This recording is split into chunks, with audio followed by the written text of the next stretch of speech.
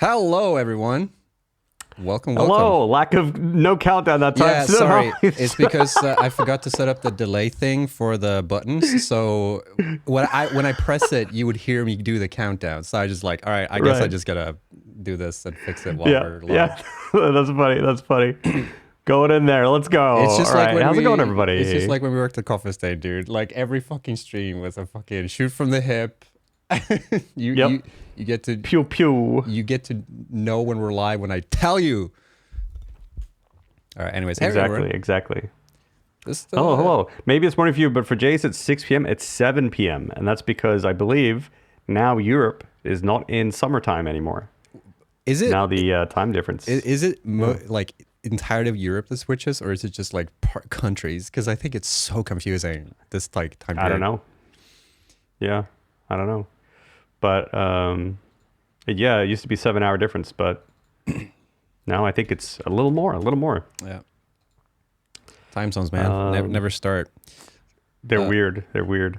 But welcome everyone to. We haven't done this in a while, actually. Yeah. For various reasons. Yeah, has been quite a bit. There's been a lot of, I think in both of our lives, a lot of like a flurry of things. Yes. You know, you've had stuff with your game, but also like house stuff, yes. right? I've not lived in my apartment for more than a month now. I've been staying in my dad's place and just going here to do my streams in the evenings and then go back because we were renovating my bathroom or the toilet or whatever. Because here, okay, little side story here, okay? But like we had a guy come to our apartment and do measurements on our bathroom, and he was like, you guys might have like... Is that like a kind of drug? He was just doing measurements? He was like, you might have some water issues or whatever in the walls, like it's damp and shit. And we're like, oh shit. And they're like, oh, you guys might need to renovate because otherwise you might have issues. And we were like, okay, fuck, I guess we got to do that real quick. Right around the time when I'm like, I'm going to do indie dev and I'm going to live my dreams and like not have an income, sort of. And then when they opened it up, they were like, no, everything's fine. You guys didn't need to do this. Fuck. Oh no, that's really annoying. Yeah, but we got a really nice renovated toilet though, or like a restroom. Okay, well, you get something out of it at least. It's really nice, and the best part that I got out of it was I have now a washer dryer combo because I never had that before. Oh, you didn't? No, I just they're so handy. We just had washer and then we just air dry everything, and it's a pain in the ass. And now we have a combo because we can fit it in there now. Because the old shower, we couldn't fit it because the shower was so big. And now we have like a little better use shower. So really nice. Renovations has been really nice, but it's been very draining. And like I said, I haven't been able to live in my apartment because I don't have a bathroom. Yeah, that's kind of rough when it's like your routine place that you're so used to. You don't have access to it anymore. Yeah. A little bit similar to what's with me. I'm in Japan now, and I'm at my friend's place, living there. And I guess the circumstances are different. I'm not away from my place because I've got renovation, but it was still a little bit of like a adjustment period where I'm like, oh man, I'm not used to not waking up in my apartment every day, kind of thing. So that was. Interesting. Yeah. Are you feeling the homesickness, or you're like, fuck yeah, this is the shit right now? Homesickness for Sweden? Yeah. No, I'm not. Is the short answer. I haven't. I would say that there hasn't been a single moment where I was like, oh man, I wish I could go back. I mean, okay, this is probably going to come off the wrong way, but I'm going to just say it bluntly. But like, I do wish having my own place again. And it's absolutely no slight to my roommate or friend who's given me a place here. It's been fantastic. And I have everything I need here. It's great. It's just that like I've lived in my own apartment alone for a long time. And so it's just weird for me to be in someone else's house while they're there, kind of thing. So just a general thing that I'm not used to. So like there's been that. But like, aside from that, I'm having a great time here. My roommate's really cool, and I really enjoy being in Japan, and I've been doing a bunch of cool stuff. So, yeah. Sick. Yeah. Yeah. So today we're mostly just gonna. I mean, you guys obviously noticed that we are not streaming the usual time. Obviously, time zones have been kind of annoying. I mean, time zones are annoying by themselves. But it's really hard to like figure out a good compromise because like either we stream very late for Jace. I mean, most scenarios would be very late for you. Yeah. We were even aiming to stream later than this for me. Yeah. It's just tomorrow I have to be somewhere early, so I can't go late today. Yeah. Yeah. So time is a bit like up in the air, I think still. We just need to like find something. Yeah, we'll see if we can even get a proper schedule for State of Dev. We'll have to sort of see how it goes. Yeah. But like while I'm here at least, but we'll make do. Make sure to follow us on all the socials and stuff. And hopefully we can give any warning next time we go live, because this time we had like none. Yeah. Yeah. It's very spur of the moment, but it's like a little bit soft start just to make sure that everything works. Yep. We did one tech test before and seemingly everything's fine. I don't know. No one's complained so far. I hope everything sounds good and looks fine and sync is fine and all that stuff. We're so pros at this point. We don't fucking so pros. Yeah. I wasn't even worried. I wasn't even checking. Yeah. I knew it was going to be fine. Yeah. I knew it. Yeah. Which is crazy because, do we wanna... because like, sorry, you are in Japan and we do have a little bit longer like delay between us on the Discord call. So we might like interrupt each other a little bit more. True. Yeah. But apart from that, everything should be fine. Yeah. I was thinking that we had some comments from people. Maybe we could just run through some of them real quick. I think King Spec asked, where do you feel homesick for? Japan is where I feel homesick for. You feel homesick for where you which are? is one of the reasons why I'm here. Yes. So right now I don't feel homesick. Yeah. But before that, I did feel homesick for here. Hey, congratulations on the success of RV there yet. I've seen so many streamers play it, and replayability is much higher than I expected because they usually don't get far in one run. Yeah. There was like a lot of concern about replayability for RV there yet before it launched, which is a pattern that I noticed between Satisfactory and RV there yet, which is that when we gave any certain information, so in Satisfactory it's a handcrafted map. It is 5 kilometers by 5 kilometers. These two factors were things that a lot of people thought of and were like, that's not good enough. This game will not be replayable. It's not, random enough. This is a problem with the game before the game even came out, before they even played it. But then, as everyone here should know, Satisfactory is an incredibly replayable game. And then the same kind of thing happened with RV there yet. People saying there's only one map, et cetera, et cetera. So there's no replayability. And I mean, they could still be right. I'm not really sure yet. I think the jury's still out on if the game's replayable or not. But I think it is. And it seems like a lot of people, like those comments seem to have gone away, is what I would say since release. Although there are people saying like, we'd love another map. So it seems like people were satisfied with what they got, but they would like more. Yeah. Finish the first map.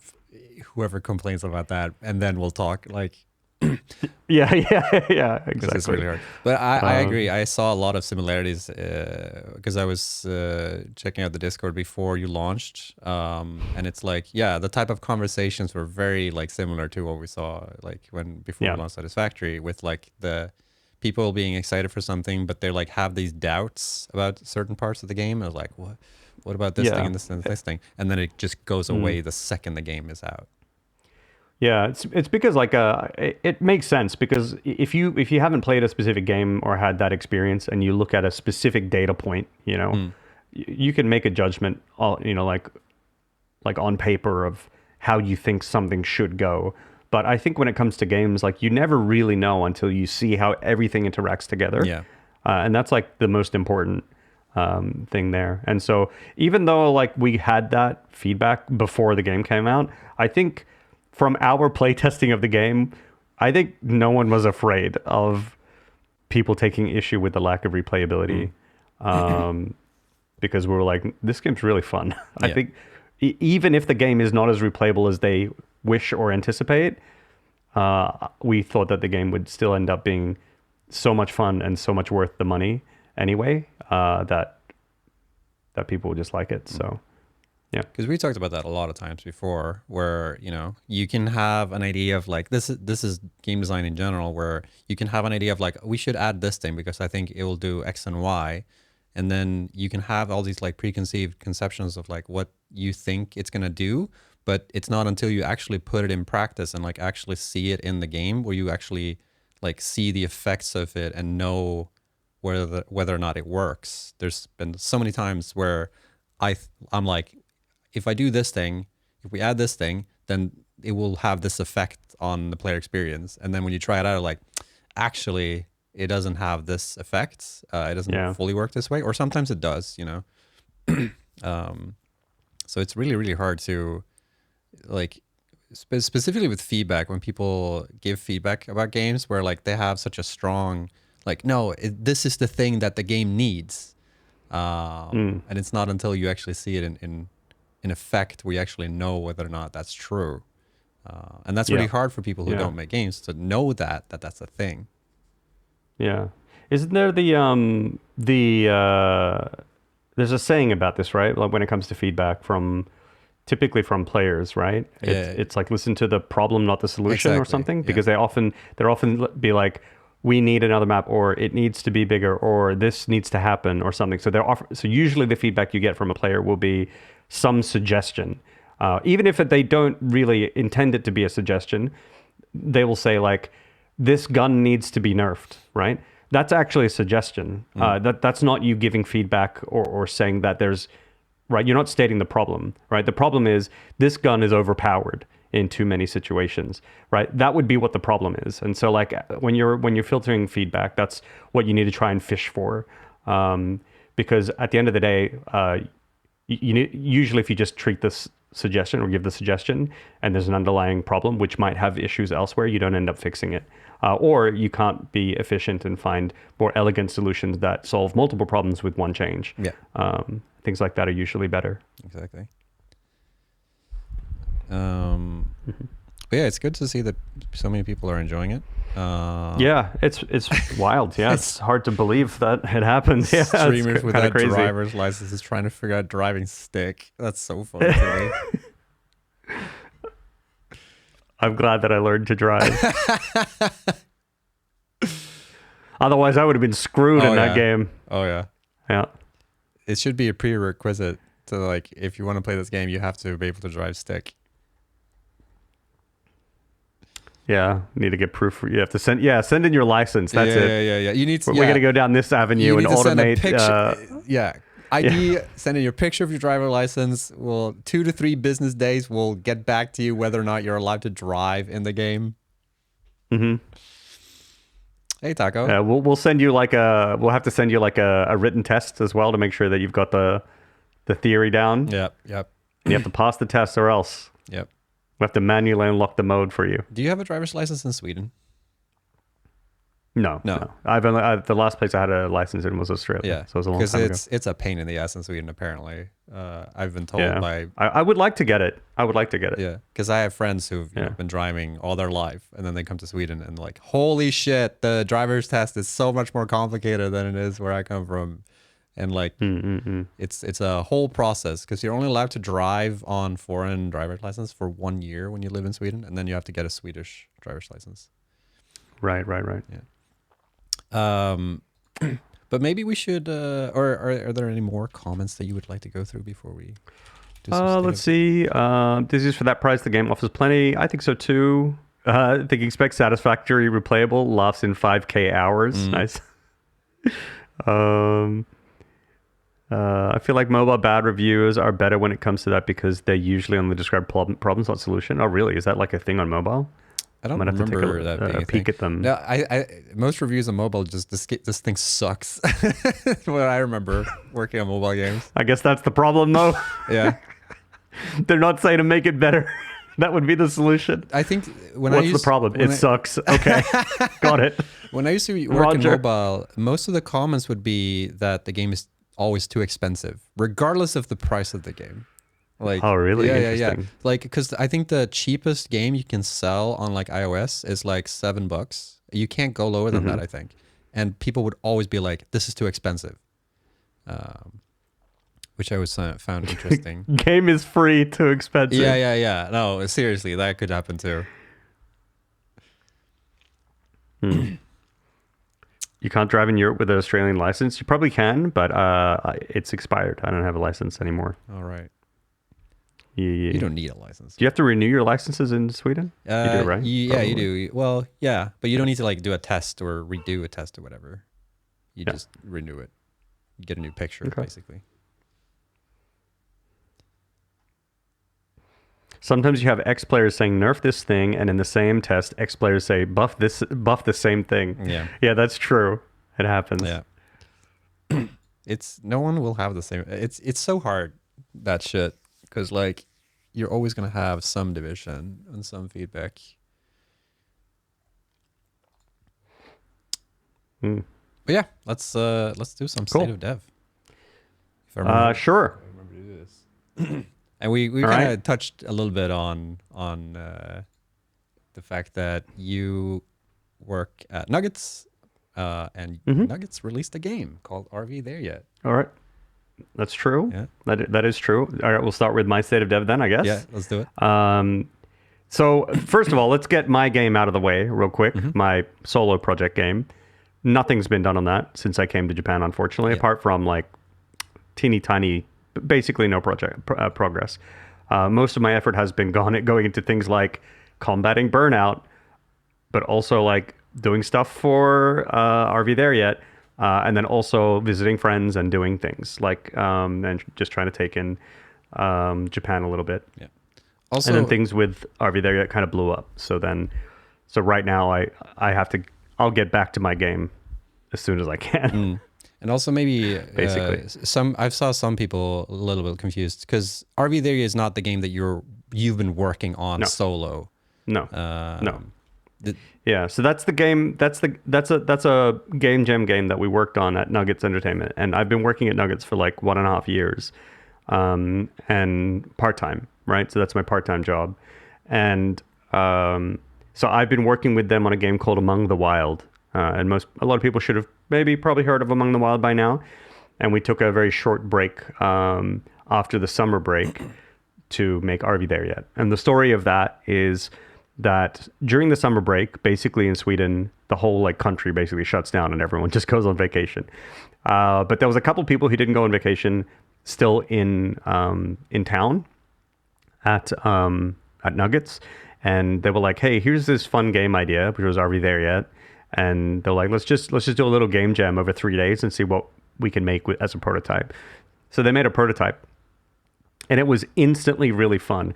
And so as we came back from summer vacation, and I remember I was one of the first, they were like, "Here, try the game." And as soon as I played it, I immediately was like, "Oh, I understand this entire game." Like I immediately see how this is going to be really fun. Like it was so obvious. And that like there was so many things that you could do with the game that would be viable to make it fun. It wasn't so constrained, right? A game like Among the Wild, or even a game that like what I'm working on, they're games that are like, you have to be very particular about what you do. But in RV There Yet, it was more like, from what I could see, it was like so many different things could work here.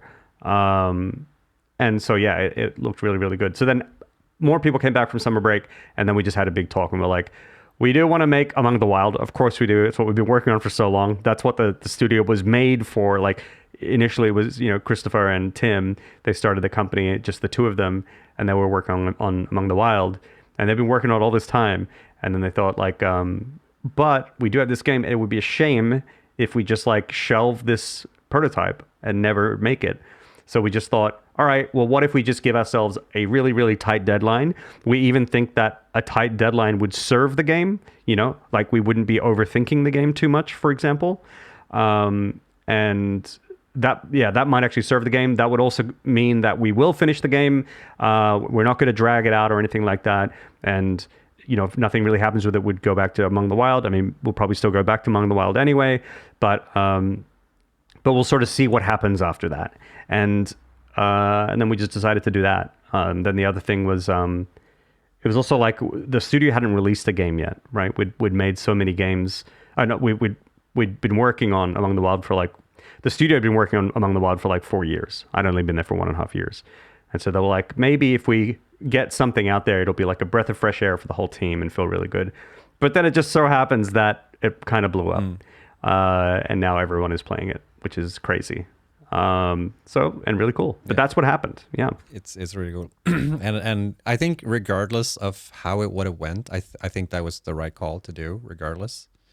Because yeah, like you say, the game is fun. The game is like the product by itself. The fact that you guys pulled it off in such a short amount of time too, is crazy to me. Yeah. So it was in like proper active dev for 8 weeks.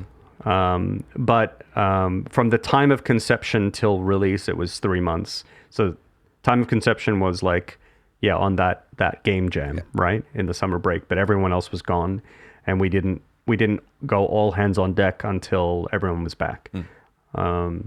And before that, we'd been doing more work on Among the Wild. So yeah, it is insane how quickly the team put it together. Yeah, pretty cool. Yeah. But I'm assuming, so you've been completely swamped with RV There Yet related things the last couple of weeks. Yep. I'm assuming.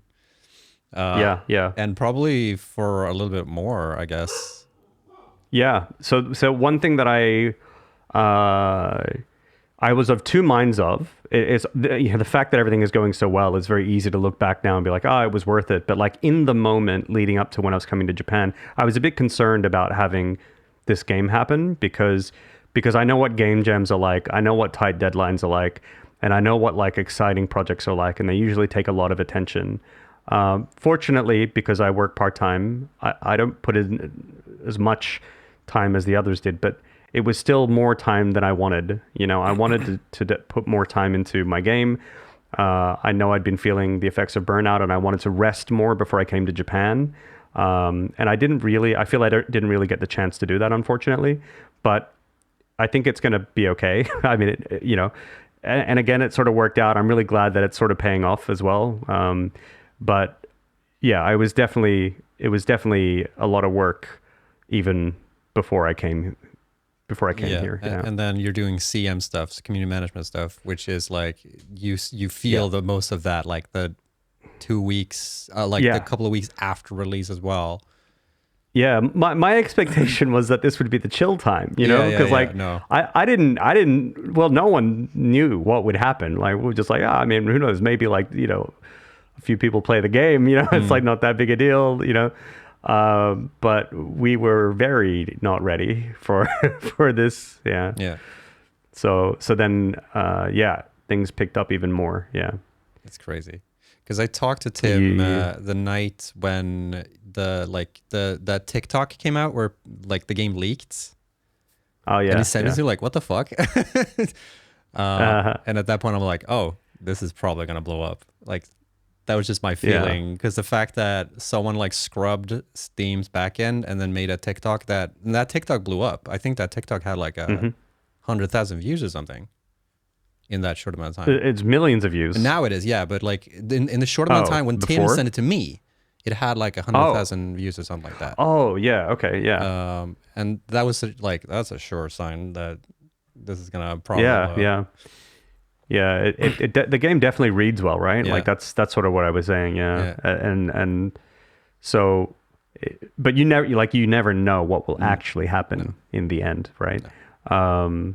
But yeah, it seems like everyone else sort of saw the hype of it, or the fun in the game. And then one thing that was concerning as well is like, okay, yeah, the game does read well immediately, right? Like at first glance, when you play the game for 5 minutes, it's insanely fun. But then like, will people actually like the game though? After they spent money on it and invested some time into it, will they actually like the game? Yeah. That was another concern in my mind, but it turns out like, yeah, they do. We're at 85% positive right now, which is insane for a little, janky Fred Slop little game that we made in a game jam. So, Yeah, crazy. It's also the fact that people will find the game because like you say, like Nuggets is a small studio and it hasn't released anything prior to that. Yeah, yeah. I don't know if you guys did any marketing at all. The most effective marketing was that TikTok leak. Yeah. And we obviously didn't do that. And that was like, I think there's nothing we've done that has been more beneficial, like, yeah, to our marketing than, and it is such a weird situation too. Like our goal was to, we had the day that we wanted to release it, and we would just like, we'll keep it a secret until then, and we'd just surprise everyone. And then we found out that we had to put the page public first, and we're like, shit, but it's not ready. We didn't even have profile pictures on the social media. We didn't even have like that trailer that they pulled and used to make the TikTok. That wasn't even the final version of the trailer. We just needed something up so that the store page could get approved. So it's just like, if that hadn't happened, right? Like if we hadn't just like dumbly published it because we had to a couple weeks before, that person wouldn't have found it. Like it's just so bizarre, right? I mean, maybe it would have got found anyway, but who knows, right? Yeah. But it's like very similar to... Thanks, TikTok leak helps a lot. Yeah. It's so strange because like you see these games all the time where like games blow up, they come out of nowhere. Like Schedule 1 was the same thing for me, where like, I don't know if they had any marketing plans either. It's just like, oh, here's just a thing that blew up out of nowhere. And I feel like I see that more and more with games. So it's fascinating that it happens. For me, it's been like a huge relief for Nuggets because like I know those guys and the whole team now. It's not just the two of them who started the company, but I think they make games in the way that I like to see people make games, and I think that they have like the mindset of, it's like I want to make games the way they make games, kind of thing, and it just feels so good to see people who, in my opinion and in my mind, go and make games for all the right reasons. But that doesn't always translate to any form of success, right? But then to see it work out, I'm just like, oh my God. Like to me, like my mind goes to like the studio. I'm like, oh, the studio is gonna be like, okay, at least for a bit, sick. Like, yeah, it's pretty cool. Yeah, for sure. Yeah. And they also really stay true to like their ideals for like how to make games, like you say. Like I really agree with you there. Yeah. It's like they're in it for the right reasons. And like you say, it is very strict because like they worked on that game for a long time, Tim and Big. Like they have bringing other people in and like, dealing with all that stuff, like salaries and stuff, that is an enormous pressure. Like even when I've been looking at like, what would it like cost to have a 3-person team? Like that's a huge, not just like a investment of money, but like in terms of responsibility that you have. And even just team dynamics too, right? Like whenever you bring anyone in, you're like, you never know what that's gonna do positively or negatively, or in what ways it may or may not constrain you, or there's been so many times too. That's very true, because there's been so many times where I have like a group of people who are like, oh, we're so excited to make this thing, and then like 1 month into it, you start seeing these like there's some grind like between people and like how we work, and it like the cracks form. Yeah, exactly. And you don't really know, like you're so like in love with the concept of making something together at first that once you get to the point where the grind happens, or when you start seeing the hardship, which always happens when you make games, there's always like in the prototype everything feels so like, oh, fresh and cool and fun, and then when you actually start it going into not even production, sometimes you can hit that before where you start realizing like it needs this and it needs this, and that's sort of when you get that like friction in your team, and unless you work really well together, then it's going to be hardship making something. And it is a fairly big team at this point too. Like it's like 13 people or something on Nuggets. I think it's 11. Yeah. I think. Yeah. So that's, I mean, it's a small team, all things considered, but also, it's a pretty, 10 people is 10 people. Yeah. If it gets much bigger than that, like things start to change quite a bit. I think 16 is like the magic number where things start really, really changing in feel once you get bigger than that. Yeah, for sure. Yeah. But yeah, if for anyone who was interested in like what I did for it, so like obviously I do a lot of the community management now, but leading up to it, I did writing and voice acting for it. So that's what I did. They asked if I wanted to do programming stuff for it. I also did like a little bit of like Among the Wild work during it, but I didn't do programming for it mostly because I'm on part-time. I didn't want to I felt like if I had shit checked in and I'm working less hours and people need it, and this is a very rapid project, I was like, I don't want to like clog things up, and didn't really feel too good. Like I didn't think I'd be able to, I didn't have as much time to be up to speed with all the systems that they built and stuff as well. I just thought it would be not so great.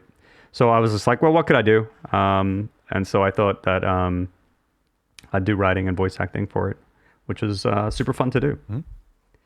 Yep. Yeah, I told Jace this before, but like we played it on stream with Bits in total and a couple of streamers, and we had a lot of fun just playing your tapes over and over again and listening to the like little stories. Yeah, it's really funny when we were like stressing out in the caves. And shit. It's pretty. Stay calm. Everything is gonna be okay. Yeah. Let's be real. Whoever makes a game in 8 weeks with the actual expectation to sell 1 million in 4 days is very delusional. Yeah. I would agree. I would agree for the most part. I think you can never expect. To me, I think it's always silly to ever expect that stuff. I mean, maybe if you're a really, really, really big company and you're dunking so much money into marketing, then you can expect million or millions, but then you're also paying for it, right? But if you're like a small team and you're hoping that it's just going to blow up, like I just don't see how you could ever plan for that. Maybe some people can, but yeah. There are some people that suspiciously get it right, though. Yeah. Suspiciously. Yeah. They do get it. Yeah. There is something that some people seem to get all the time. It's weird. There's like an element of I don't know how to describe this, but like some people just get the times and like you know what to make. I feel like they have to be spending too much time on Reddit whilst making games at the same time. You know what I mean? That's what it's like. They have to be so like deep and soaked into the internet, but then like also busy making games at the exact same time. Yeah. So like they're good at what they're doing, and they're like so in with like finger on the pulse. Yeah. You know what I mean? Like put those things together. But it's like I also see people who do like specifically on LinkedIn. I see people analyzing this stuff, and they come off as like I figured it out, and then they release their games, and it's like no, it didn't. Yeah. So like I don't know what it is, because it's weird to quantify like what exactly it is that makes it work. But some people just some people that I know. I usually don't buy into those kind of things either. And it's not necessarily because they're necessarily wrong, or even that the analysis is wrong. I think the part of it that I'm like, it could be wrong, it could be right, who knows? But like the part of it that I think I usually take issue with is that if anyone says this is how you do it, when games have proven games and art in general have proven time and time again that like anytime you think that it can only be done one way, someone's going to prove you wrong. Yeah. That it can be done other ways too. You know what I mean? And it's like, I think that the whole space is better when people are experimenting with different kinds of ideas than if everyone believes that there's one way to make games and then we just get the one kind of game for the rest of our lives. So that's the only part that I sort of. Isn't it like a Veritasium? I like to allow space for all that. Isn't there like a Veritasium video where a lot of people who are successful, like the majority of them is because of luck, and like some people either accept that fact or not, and the people that accept the fact that it's luck tend to be more successful or something like that. Do you know what I'm talking about? I think this rings a bell. It has to have been in one of the hundreds of Veritasium videos that I've watched for sure. definitely sounds like one. But yeah, it sounds correct to me at least. That like if you accept that luck is a big part, then you can focus on the parts that you actually can control, and maybe you can minimize the luck that you need or something like that. But yeah, I think if you analyze your own past or something and you think, I was responsible for all of my success, I think you're just going to get the wrong view of things, and then like how can you apply that moving forward if your view of the world is wrong? Yeah. So would it be fair to say, so just reading a comment here, would it be fair to say that people streaming a game is an important aspect of marketing? Do game developers track those metrics? And what do you think there's no Steam affiliate program for streamers? I think, yeah, it's just the widespread fact that people are, showcasing your game. That's really important. I seem to notice that it's more important to have like big streamers stream your game. Like if this is from browsing game dev Reddit specifically, where I've formed this opinion specifically, but like I see a lot of times where people, if one big streamer showcases a demo or whatever, they see massive success versus like hundreds of small streamers. They don't really notice like, a lot of wish lists or a lot of sales. But like if Carnage plays your game for like 1 hour, that has a significant impact on your traction. Right. Right. And I guess Carnage mentioned. Second. Carnage mentioned. Oh, damn. Yeah. Go on. So that's one thing I noticed. And yeah, there's ways to track that stuff. I've like almost. We didn't really do much of that at Coffee Stain either, or like we try to track metrics of like how many people, like you'll go in and watch like how many people are watching people play this game right now on Twitch. Oh, it's 70K. Okay, that's a number. Like, what do I do with that? Yeah. But we've also been... and I think the strange thing as well is like if one day it's like 35K or something, it's like, well, what do you take from that as well, right? And like even as streamers, I'm sure we felt that where this is one of the reasons why I just don't look at numbers. But sometimes like numbers will be high and then they're low, and when they're low, you're like, oh, it's because I'm making a mistake. When it could be for any number of reasons, like maybe there's some other event on, or who knows, like I don't know. Yeah. I think a lot of effort has to go into parsing those numbers to find any meaning, and I think even then it's I'm the kind of person who doesn't believe in that stuff that much anyway, and I know it pisses some people off. Maybe I should just stop. I also feel like once you get past a certain threshold, it doesn't matter. Like, if you get past like,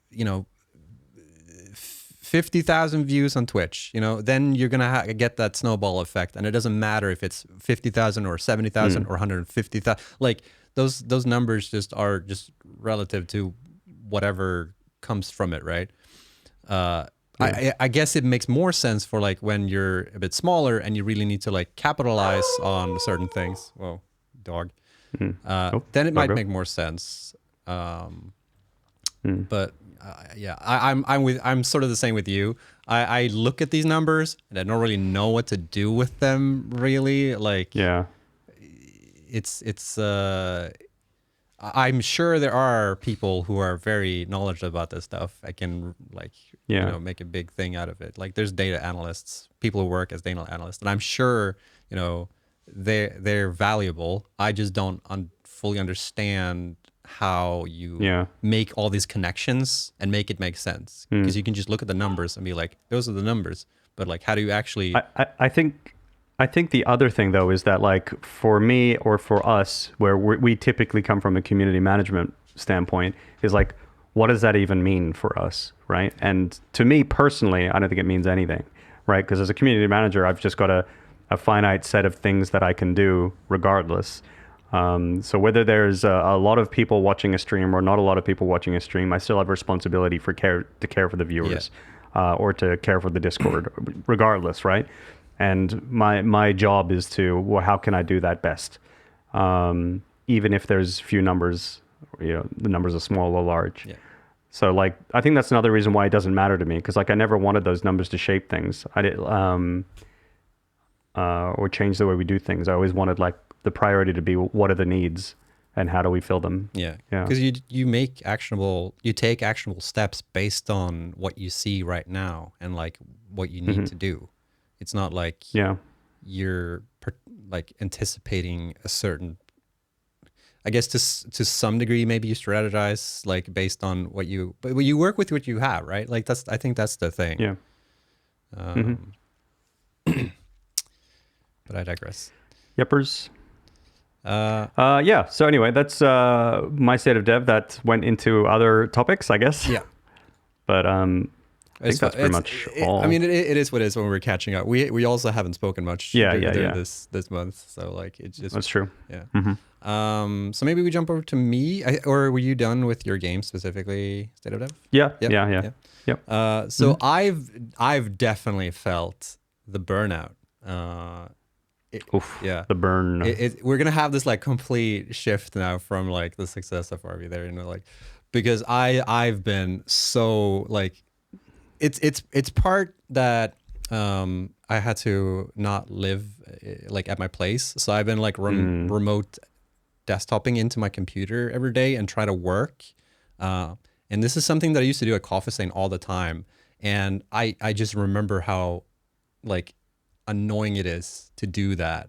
Because like I can't run Unreal Engine on my little laptop, right? Like I have to remote it, and then even if you use like Parset or Moonlight or whatever, it's still like there's certain controls that are not working. So like whenever I'm in Blender, like Alt tabbing and like pressing Alt does weird things sometimes. Right clicking doesn't always work. Right. So it's just been like it's like this constant friction against every little thing you do. Yeah, exactly. So that's been really bumming me out. But the main thing that's really bumming me out is I've gotten to a point now with my game where I just don't fully believe in it anymore. Like I've gotten like this whole like imposter syndrome thing with it. And I think the main thing is really that I'm frustrating with I'm not getting to where I thought I would be at this point, right? I've been working on it for 4 months now, and it should have gone past the prototype, and I should see it playable at this point, and I don't really have that. Right. So that's really been bumming me out. And I've been trying to like figure out like ways to like mitigate that. And like, you know, this is something that I see, this is something I've seen working on almost every game, you know, where you get to a point where you're just like, okay, but what's the game? And then you start downing like what actually is fun with it. And it's just been that piled off with the fact that I'm not living at home. I've also been feeling the burnout really hard. That's been probably the biggest problem for me right now, is the fact that I've been burnt out. I've also gotten a couple of unexpected financial things that happen. Not anything major or anything like that. And like looking at my bank account, everything's fine, but I'm still getting stressed out about it for some reason. So all these things have just piled up on me. Yeah. A lot of these sound so relatable. Yeah, but I know that your situation is going to be like individually different, of course. Yeah. But that's actually something that, because while this is happening, I've been like trying to like seek out like, okay, but this happen for every indie developer? And it seems like it like this like self-doubt, like depression, like hardship. Like I've been on like the game dev Reddit and the indie dev and like chatting with people on Twitter and stuff. And like almost everyone goes through this, it seems. It's like, how do people fucking stay in indie dev? Like, yeah. I talked to one person who has done this for 10 years and he was like, yeah, every day is a fucking hardship, dude. It doesn't matter how Yeah. Yeah. So it's I think that's what I hear as well. But then at the same time, I see some people where they say that, but they're just so much more on top of things and still so productive anyway. So I think that the feeling, right, the emotional feeling of hardship or whatever is probably something that everyone is going to feel. But what that means for your actual situation, I think will differ from person to person. So I think there's like, and I don't know if this is going to be reassuring or anything, so, but I think that it's not a great indicator for whether or not things are going well or not for you, right? Like I just think it's like a hard situation. No, Because like I think that there are many people who think, oh, it's like hard, and then like it doesn't work. But then there may be people like, oh, it's hard, but then it does work. yeah. No, I agree with you though. I think that's true. Yeah. Because like when I look at this, this is like goes back to like stuff that I talked with my therapist before, where like sometimes you can look at the situation and be like, I look at my bank account, the bank account looks fine. There's no issue there. I look at like what I have in my life, everything's fine. But it's just like, and still I feel dragged down about all these things, right? And Yeah. that's not something that, hold up, my computer just froze. There we go. Oh. No, we're good. We're good. It was the other computer, not the streaming computer. And that's just like, you know, it's easy to say, just think positively. But your brain just like takes all these like, you know, Yeah. it reacts. I mean, to they're what's stressors, happening. right? Yeah. Yeah. For sure. So I've been dealing with a lot of that right now, and Yeah. it's been like kind of interesting at the same time, because it's also a little bit like why I left Coffee Stain as well. Because if I compare this to the burnout that I had at Coffee Stain, it's a very different situation, because Right. I felt like at Coffee Stain I felt more responsibility that I needed to live up to, and I don't feel the same thing right now, right? Like I don't feel like I'm letting anyone down except for myself right now. Yeah. And that's a little bit Yep. like actually liberating to a certain extent. So, and like I still, even though I say like I feel a bit depressed, I don't feel depressed. I've been really depressed before, and I know what that feels like. And this is not that, right? This is like more midlife crisis, maybe, like kind of trying to figure out what to do. Sounds like there's just like a lot of weight on you. Exactly, kind of thing. exactly. So, yeah, fair enough. So what I've been doing the last couple of weeks is trying to rest a little bit more. It's really hard to, because it feels like when you feel that you have a lot of weight on you, you think that, oh, but if I work more, then I can, you know, I can catch up and I'll save myself. I'll catch up. Yeah. And then I get out of it. No. And I'm just like, so I have to remind myself so hard that doesn't work. Yeah. Don't do that. Yeah. And try not to like get too fixated on like, oh, my game's not going to work out. I have to abandon it and start doing something else, or whatever. Yeah. Like I'm trying to like take things as they come. So I've been doing a little bit of like prototyping, some other game ideas that I have. I've been doing a lot of art stuff. So I'm really enjoying that stuff. Like, you know, trying to get better in Blender and get better at modeling and texturing and all that stuff. And just like, you know, make stuff that excites me. So I can get some interest back, and then we'll see where I go from there. If I like keep pursuing the idea that I had, or if I do something else. I'm like completely open to a lot of avenues right now in terms of like, if I should go back to the game that I've been working on, or if I should like take what I've made and see if I can use it for something else. Yeah, I think the most important thing is that you don't feel as though you either have to continue your game, or that you have to leave your game, or that your game has to be in a certain place at a certain time. I think as long as you can try and push those things away, then you can just make decisions based on what's sort of happening in front of you, kind of thing. So like it could be that like your game, like it might be fine, right? But like just taking a little longer to cook. Yeah. And that's okay. Like good games sometimes take longer to cook. Some games come together quicker. Yeah. Right. And I think I heard this from someone recently, but they heard this from, okay, this is crazy, right? I heard from someone who worked with someone notable. All right. I'm not going to go into it. But anyway, it's reliable. Trust me, bro. But the whole point that they were trying to make, though, is that this was from someone who has made incredibly successful games. And what's interesting is that among their games that they've made, some of them have been incredibly meticulously crafted and very, very specific. And everything had to work together. Everything was cohesive. All ideas were in lockstep. And that's what it took to make those games shine. And then they have other games that was like a mishmash blend of like chaotic features that they put together. It was still it's not a low quality game, but no one would ever think that this is a low quality game. But it was not meticulous, and it was not like, it was just more loosey goosey the way that they designed it. And the two processes felt completely different, but the results were the same in the sense in that they were both really good games. Yeah. So like, yeah, it's like games there's no way it should or shouldn't be. And I just think of this because before you're like, it should be further along at 4 months or whatever. I think that like maybe again, like maybe it's not working out, but I don't think it's not working out because it's not where it should be soon enough, right? Maybe it's not working out because it's not working, right? And it can't work, who knows? But maybe it just needs more time too, right? Yeah. And also not every game is... I remember hearing someone say that like, if you don't have a fun prototype in like 4 weeks, then you should abandon that game.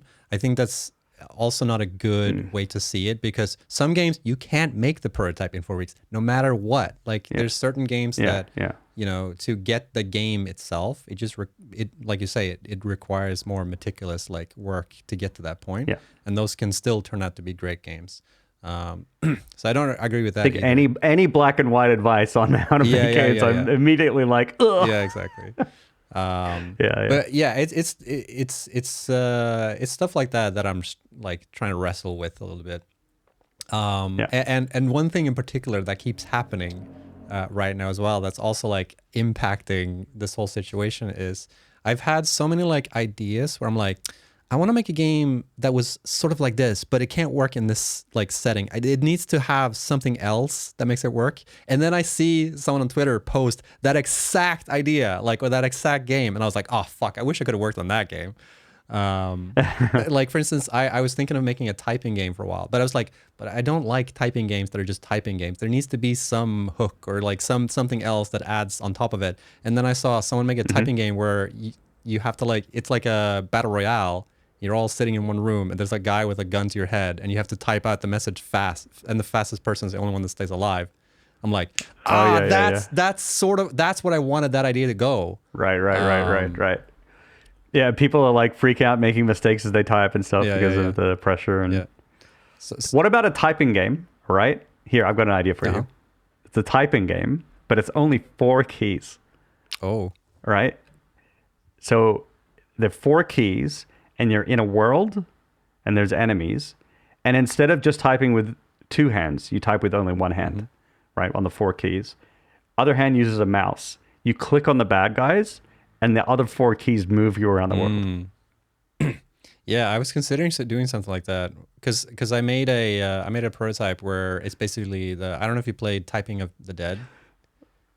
That was I just described FPS games, but go on. Sorry. Well, Typing of that, I guess, is an FPS game, but it's like you have zombies coming up and you shoot the zombies closest to you. And I was like, I really want to do that, but I don't want it to be a on-rails shooter. I want to like you actually move around. So I was trying to figure out that, like, what if you had like your right hand on the, or maybe your left hand is WASD and you use that to move around, and then you type the words or whatever that shows up. That was actually a fun prototype. The reason why I abandoned that one was because I was like, I don't know if this is going to be financially viable. Are people going to want to play a typing game? That's another part of it that I kind of also I've been rationalizing a little bit is I think when I started this whole journey of like doing solo dev, I had like 2 things. I was like, one, I don't want to work on my dream game because, and no offense to you, but like I don't think I would. Like, I think I would be too obsessed if I did that. I feel like or rather, if I did that, I wouldn't be satisfied, because I think if I had this like intention that like I need to make my dream game, it needs to be this exact thing. Because I used to have that thing. I used to work on my dream game a long time ago, and I was and I got pretty far, but I also felt like it's never going to be good enough for me, because this idea of my dream game is too close to, Super Metroid or, all my favorite games. And I just want to create something that I can also like detach myself from a little bit. Because I always feel like whenever I made the best things that I've ever made, like music or whatever, have always been things where I'm like spur of the moment, where I can just detach myself from it. So that was one thing that was kind of important for me personally when I was like, I'm gonna make a solo game dev. Is I want to feel a little bit detached to the thing that I'm making, but now I also feel like I'm maybe a bit too detached to what I'm making. Right.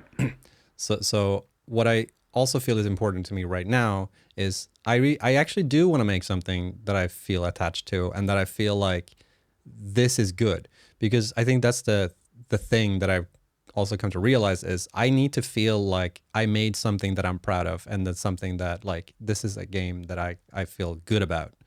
And that also limits me a little bit, because that means that I can't just put out anything, even though that might be healthy too.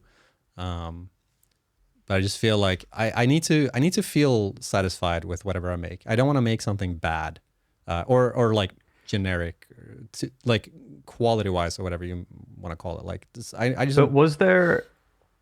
I guess two things. Like, was there what? I mean, what excited you about? So I guess I've got two questions. What excited you about the game you're working on now? Like, there had to have been, I feel, some mechanic or something that excited you, or was it just curiosity? So that's the first question. And then the second question is it not like okay if the first game you put out doesn't live up to your expectations, but you roll with it and do another one? Yeah, no. So to answer your second question first, I'm okay with so long. I don't know how to quantify this like expectation, but like so long as I feel like this is, I'm proud of it. This is good. It doesn't have to like be a great game or well designed or anything like that. I just want to feel like this is a good artifact that I put out. That like, you know, 1 second. I just gotta. So it just needs to be something that I feel like this is something that I'm proud of putting out there, you know. I've made game jams games that are complete trash that I'm totally fine with putting out, because the intention is that, oh, I just need to put something out, and maybe that's something that I need to approach with this as well. That I just need to make something. And finish it. Yeah. I think maybe that's the thing, because we always hear that like you got to finish your games, and I kind of still believe in that a lot. That like you just got to finish, because that's how you learn the most.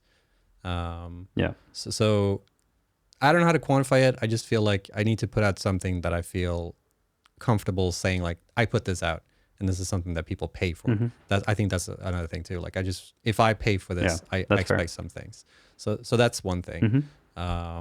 And the first question you had, like in terms of what excited, I don't remember. That's the thing that frustrates me a little. Like I don't remember specifically what it was that excited me for the original idea that I had. I think mechanically, I think we talked about this a bit a while back, where mechanically this is like something that's fun to do, but I don't see the game. Like and sometimes maybe I don't need to see the game. There's been plenty of games that have been released that aren't games, that are totally fine the way they are. But like I sort of know what your game is, and could it not just be an experience for people to hang out in? Maybe, yeah. When they do that thing, you know what I mean? Like potentially could be a thing. But I think I also got a little bit stuck with this, like a couple of like interaction design issues that I've had that have been really hard to solve, that I could keep grinding and trying to solve. But I spent a month trying to solve one of the basic like interaction design issues with that game, and it still is like, it works 90% of the time, but like that 10%, it's like really infuriating. So I've had like a couple of ideas of like how I can switch it around and make it smaller and like make it bigger. And it just like goes up and down so much in my head, that I have such a hard time like nailing it down, because I think that might be also one problem where maybe I should have sat down more in the beginning and thought of like, what is the full game? Like, what am I striving for? Instead of just being, here's a quirky thing, and I'm just going to see where it goes. Sometimes that works out, and sometimes that doesn't work out. But I don't know. I don't feel, right now, I don't feel... The world is your oyster, though, Snutt. You can do it. Or you can not do Yeah. it. It's up to you. Yeah. It's fine if you do a different game. It's fine if you keep doing this one. You never Yeah. know. Who's, I think the no one can thing that I realized tell. is I Yeah. just need to feel content with what I'm working on right now, and I'm okay with feeling the grind, and I'm okay feeling the the self doubt and blah blah blah and all that stuff. But so long as I feel like, but this is the game that I want to work on, that's fine. And right now I'm a bit in the air. So it might be that I need like a little bit of a break. It might be that I need to work on Yeah. some other things. That's why I think it's kind of healthy for me right now to just focus on like art stuff and modeling and that stuff, because Yeah. that's something that I really enjoy doing, and I'm like kind of surprised that I can pull off certain things. And Cool. I just started trying out Substance Painter, which I'm like very mixed feelings about because it's a fucking Adobe product, but everyone keeps recommending it to me, and it's like it's gonna work, it's gonna fit your workflow so well, and I'm like, Right. and I've been trying it for a couple of days now, and I'm like, kind of right, which is annoying. At least it's a one-time it can be a one-time purchase, so I don't have to have like Adobe Unless Yeah, Adobe change it. yeah. That's why I think like I should probably buy it now. And then they retroactively charge you Oh for my every God. month Yeah, that you had the yeah, had the yeah. app. That's the oh man, it's so frustrating because like most That sounds like Adobe. because like most Adobe products, I've felt that like I can never replace this. Like Premiere, I can never replace Premiere. I've used it my entire life. I literally I replaced Premiere. yeah, and I replaced Premiere, and it's like it's been great. Like Resolve is awesome. Yeah. And I've been like that with Photoshop. I'm like, I can't replace Photoshop. I still haven't really diverted from Photoshop yet. And I was the same thing with Lightroom for a long time. Like, there's no other software in Lightroom. And now I've had so many issues with Lightroom. I'm like, you know what? I can probably switch from Lightroom. You know. Yeah. So now that I'm like, Yeah, I use Affinity as well. yeah, Yeah, Zindy. yeah. I should give Affinity a proper try. I haven't really done that because You should. It's a bit different. It's a bit different, but it has like you just need to like relearn the way that Affinity does things, which can sometimes be a little weird coming from Photoshop. But like, I mean, what you need is there. yeah.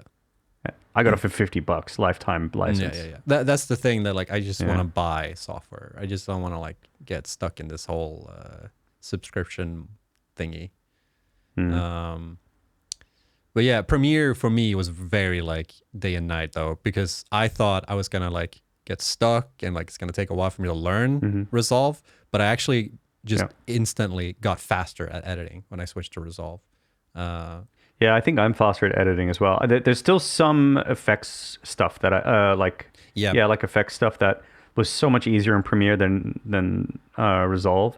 But like, overall, it's fine. Yeah, it's funny because like some simple things, graphics stuff is like way harder in Resolve, but some really advanced graphic things are way easier in Resolve. So it's like it's kind of weird. Yeah, exactly. But then the general editing is nicer. Oh yeah. So it's just yeah. That's Just use that. That's what surprised me the most. That, like the fact that I'm editing so much faster. I didn't think that was possible. So yeah, but Substance Painter has been pretty dope actually. I've really enjoyed using it. I'm gonna try. I mean, I'm gonna use it for this 30-day trial, and then I guess I'll make a decision. Because Blender is awesome. I have this hate relationship with Blender because I think Blender does so many things so right and so many things so wrong. Coming from Maya or specifically Maya. I've used Maya a lot when I was younger, and then Maya's. I don't want to. Maya's still kind of expensive, even though they have like their like indie dev tier or whatever. It's a subscription. I remember when I was studying game dev way back when, like we used 3ds Max, and that was the one that was affordable, and Maya was the one that was not affordable at all. Like, yeah. But I do. That was a long time ago, so I'm sure they've got like much more affordable options now for students and stuff, or indies. Yeah, and I think one thing that also frustrates me is that Blender, compared to the other, Blender's actually really adopting really well to industry like changes. Maya feels kind of old school, and like Studio Max specifically feels very old school. So I have these like memories of Maya being very modern, but whenever I see screenshots from it and people using it, I'm like, this is a little bit archaic to a certain degree. But there are certain ways they do it that I just like don't understand why Blender chose to do it. But they're adapting, they're improving. So cool. Yeah. But yeah, so that's the gist of it. I'm in this like void right now, a game dev void. Trying to figure out where to go next. You got this. Yeah, we'll get there eventually. The world is your oyster. I think that's the important thing. You know, just I think as long as you feel free to move in whatever direction you have to, I think that's the important part. You know, as long as you don't feel like you're trapped doing something that you don't want to do, because that's the worst part. Because if you don't want to be doing what you're doing, you know, one way or another. And then you do it and it doesn't work out. It's like, I never even wanted to do that in the first place.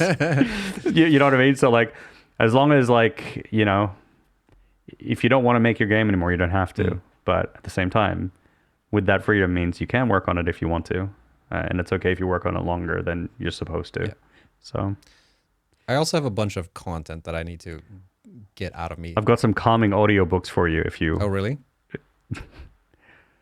The Ugly Baller by Archibald Runt. It was a dewy morning on Sunspark Isle. Yeah. Have you memorized the entire thing? No, just the first part. Okay. And all the ballers were out to play. Yeah. I need to... It's so funny. I don't remember if we said this during stream, but for context, it's so funny when we were playing this on stream, Are We There Yet? And we were in the most stressful situation ever. And I just like put on the mixtape of Jace telling calm children's stories and everyone freaking out. It's so funny to me. Turn it off! No! I need to listen. I need to have the baller! You mentioned something earlier, and I was thinking that'll be... I have a thought on it. May I update topic? All right, it's done. Press the button. Oh, yeah. So you mentioned earlier that like you would never work on a dream game because you wouldn't want to be too close to it. You get too obsessed. You'd be like perfect about it, whatever, right? And obviously I'm working on my dream game. Can we just define like what dream game means to you and me? Okay. Yeah. So for me, it's a game that I'm deeply passionate about. It's a game that I really want to make. It's the type of game that I've always wanted to make, and it's a specific story with specific characters and specific themes and emotions, and like this is the game I want to make more than any game I can even think of. Yeah. And I think for me, dream game is like, a game that I think my dream game would just be a Metroidvania, you know, like or a game that I have like massive amounts of ideas for, but they're too big for me to execute on. So I think our definition here differs a little bit, maybe, because in my head I can't execute on my dream game because it's too big, or like too complex, or you know, maybe I could and. You know, it might become something else than what my dream game actually is. You know what I mean? Because I think in my head, my dream game is something that's like not tangible. Like it's something that is a mix of a lot of things that I love about my favorite games, but I don't know if they worked well together, and I don't have like a clear vision of what it is. Because it's like two-part for me, you know. There are certain games that I love playing and I love like how they've been designed, but the journey to it might have been really frustrating and not fun at all. Like Rocket League is one of my favorite games, but I would never work on that game because I don't think it would fit me, like regardless of what it is, like as a programmer or designer or whatever. I don't know how I would get to that point, right? So like So yeah, that's a little bit my definition. All the things you're describing are the same things that I think about my game. Just for the record, So like, my game is I think it's too big for me to make. it's also a bunch of ideas from different games that I want to put together that I don't know if they will or won't work. And there are many, many things about my game. So obviously the programming aspect is going to be fine for me as a programmer, but the art aspect has always been art, music, level design aspects have always been parts that I'm like, I can't do that, right? But I'm going to try and learn, right? So like, I'm kind of just doing it anyway, even though I've had the same feeling that it's impossible for me to do. And one way or another, I just kind of want to do it. But then this brings me to the next thing, which is like I always had a vision for my game to be a specific way. And along the way, I had the realization that like, I don't know if I'm going to be able to pull it off. So then the question then becomes, well, what do I do, right? Do I just give up on it then? Do I wait till I have more resources to do it or something, right? And I think what's interesting about it and what I wanted to talk about is the conclusion that I came to about this is that I'm making it anyway. The really interesting thing about this game is it doesn't have to be the game that I imagined in my head. It doesn't have to be perfect. I don't mind if not everyone likes it. I don't, if it's rough around the edges, if it could have been better if there was a proper artist doing stuff, or if this or that could have been better if I had a little bit more time or whatever. Like, I actually don't mind that too much because part of the game itself and what it'll be is going to be part of what I could manage in the journey. So it's always just going to be constrained by what I can do. And so this game is my dream game, but it won't look as good as I wanted it to. It won't feel as good as I wish it would. But I also don't really know in what world it ever would. If I had like infinite resources and a team, I still don't know that we would make a game that would live up to what's in my head. Anyway, like we're going to be making concessions left, right, and center anyway. And so I think at the end of the day, what becomes real and what you end up giving to people is always going to be colored or shaped by the circumstances leading into it, And so when I think of my game, I could have all the resources in the world and make it, or I could have limited resources and make it. They're going to be two different games. One is going to be probably objectively better than the other, but I think the way the game will be perceived either by others but also by myself will change depending on like what constraints I had while I worked on it. And so I actually want to continue working on my game largely by myself, even though I know that the game probably won't be as good for it, but it'll be a product of just the one person. Yeah. You know what I mean? And then yeah. And so I really like that about it. Yeah, so that's something that like I've come to terms with and really, really accept about this idea of working on my dream game, even though I know it will never be what I dream of it to be. No. Yeah. And I think all that makes sense for you. Like, I think all of that makes sense. I think the thing that differs for me is just, I think I would be, or maybe it is the same for us. I don't know. It's hard to know because I haven't worked on my dream game or anything like that. I just don't know how I would like take what I make and not feel frustrated over the fact that I'm not going to be able to execute what I want to execute. You probably would. Yeah. I do. Yeah, I just wonder. I feel the vibe the feeling that I have is that you're way better than I am at like managing that. I don't know that I am. I think it looks like I am. I struggle with this relentlessly, day and night. But I've also been struggling with that feeling for longer, right? I don't know, what you said, 4, 5, 6 months or something into doing what you're doing. I'm a couple years, right? And so I've had a lot more time to manage and just deal with the feeling. But I don't think the feeling is any less than what you think it is. I think it is that hard and that frustrating. That's what it feels like to me anyway. That's true. Because there is an element of it where even if you feel like, because by contrast to what I'm making right now, right, where I'm kind of detached to what I'm making, when I feel like if I don't believe in what I'm making, then it's really hard for me to keep going. Whereas when you're working on a dream game, you're like, but I have like this dream though, that I have like this far in the horizon thing. I still see that thing and I still want to go towards that thing. And I really believe in this thing. Yeah. So For the record, I don't know if I believe in it or not. okay. I have no idea what's going to happen with the game. Yeah, like that is too much pressure to put on myself. If I believed that my game will be good for others, or that it would even work out, that would be, I would crumble. So my coping mechanism is, it's gonna be what it's gonna be. Like this is what I'm shooting for, regardless. And if it's a miss, it's a miss. That's okay. Yeah. Because I also feel a big part of me too is I don't necessarily need to feel like I'm making, because like working on Satisfactory, regardless of whether it was community management or programming, like that was a very satisfying thing to work on. Not necessarily a game that I enjoyed playing Satisfactory, but I'm not a factory playing guy. Like when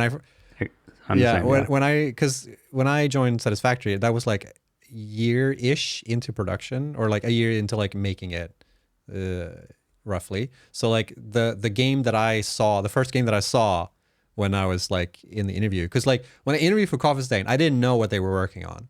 They were like, we're working on a game, and we're using Unreal Engine, and that was the main thing. Like I just want to chat with them, and I obviously knew you, and that when they showed me like a video during the interview, like this is the game we're working on.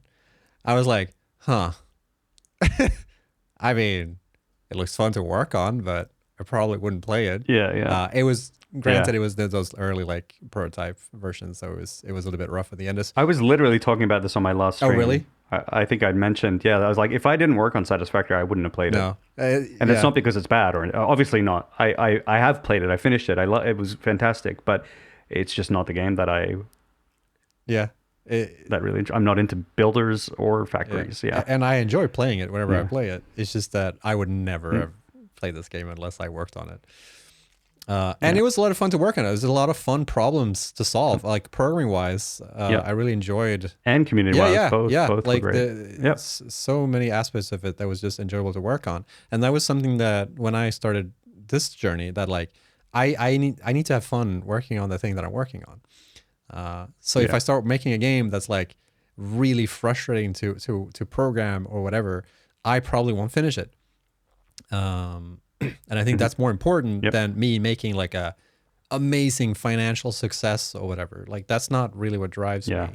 I just want to make something that I find enjoyment making. And then the second most important thing, I want to make something that is like that I can give to someone and then see like how I can improve it, if that makes sense. Like if I see someone play my game, will I feel like this is frustrating, I don't know what to do, this is just a big pile of junk, I don't know how to fix this. I think that's also another aspect of it too, where like whenever I watch people play my current demo, I see some struggles and I see some ideas and problems or whatever, and I just don't fully know where to go with it. So that's one thing that also like I would like to figure out as well. Okay. But yeah, in terms of another problem that I also have in regards to Dream Game is I also don't fully know what it would be. Like I don't fully know. I've had some ideas over the years. I mean, it sounds like a bad idea to chase a dream game if you don't know what it is. Yeah. Like I've had some ideas over the years conceptually, but I don't fully know what the game would be. When you came up with your idea for your game, when you were still working at Coffee Stain, because I think you came up with your... That's the Coffee Stain. Yeah. How tangible was... I was taking a shit at the time. It was really tangible. I could feel it. Feel it. Like how tangible was that idea compared to like where you are now in regards to like what it was? Yeah, it's still the same game. Like it was really tangible. I think that's the thing that made me like pull the trigger, so to speak.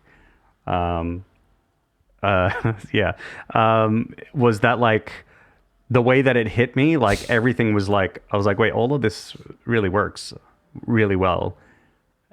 And I want to do it really, a lot, really bad. And so I think that's one of the things is that it wasn't like a loose idea. Like there were some loose threads here and there that needed to be pruned and taken care of. And there's always more things that I come across that I need to figure out. But it's largely exactly the same game that I wanted. Yeah. I think that is also something that I yearn for right now. I just want to feel like I know what it is that I want to pursue. Fully. Yeah, that's fair.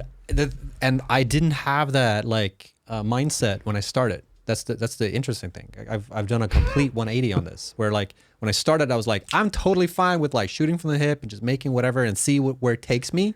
And now after doing that for a while, I'm like, that process is a bit frustrating. Is the thing that I realized.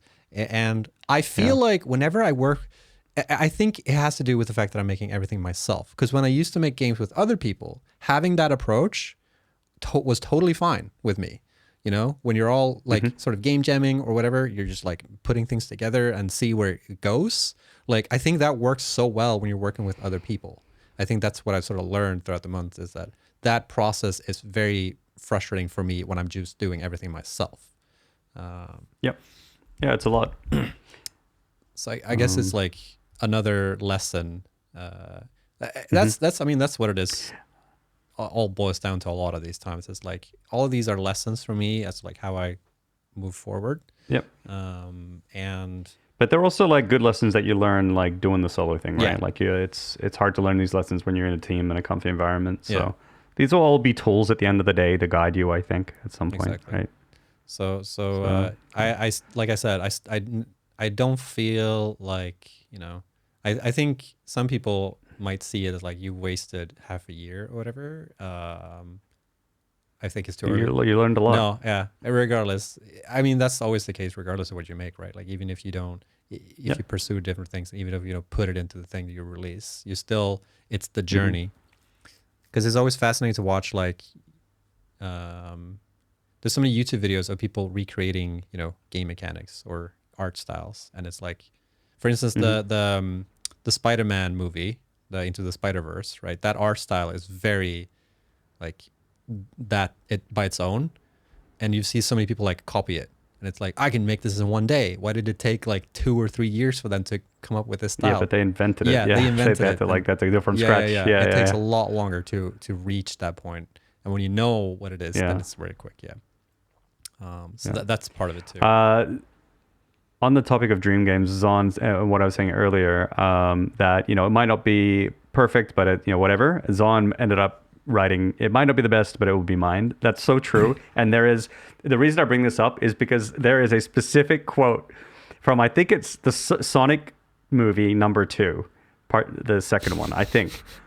I can't remember. It's like the only one I've seen, so it must be, I think. And there's, is it? Who knows? It's from the Sonic movie, though. There's a bit where the main guy, who plays a police officer in a small town, you know, he's like helping people get cats out of trees and all that kind of stuff. And at some point he's like, oh, I'm going to go to the big city or whatever. And he's like, why? You know? And Sonic is like, why? Whatever, you know, people want you here. He's like, they don't need me here. Anyone can do this work. And Sonic goes, but they don't want anyone. They want you. And that's kind of how I think about my game. It's like, I don't want good game. I want my game. That's actually... it's that same energy. Yeah, you know? That actually is also kind of part of it too, because I think it's really important that if I make something, you need to know that it's that I made it. And I also want to figure out ways how I can like communicate whatever it is that is me into what I'm making. I think it just will through the decisions you make, probably. Right? It'll have a Snutt feel. But I think there are... It'll have that firm Snutt feel. Yeah, but I think there are avenues I could have taken that would be way more, that I could lean way more into that.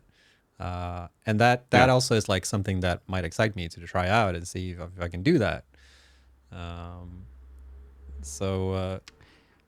it's kind of true though. Like I've seen people talk about this multiple times with indie devs too, where like a lot of indie devs chase the idea of making something original, but like it's whatever you make is going to be original because you're the one that's going to make it. Anyone can make a shooter, but shooters will be very different depending on who makes it and what they contribute to it. Yep. It's true. So it's more about making a good game than making a unique game, I think. Yeah. We can maybe catch up on some messages. There's some here. And then also we can do recommendations, and then we can also maybe do chat on chat. Let's do that.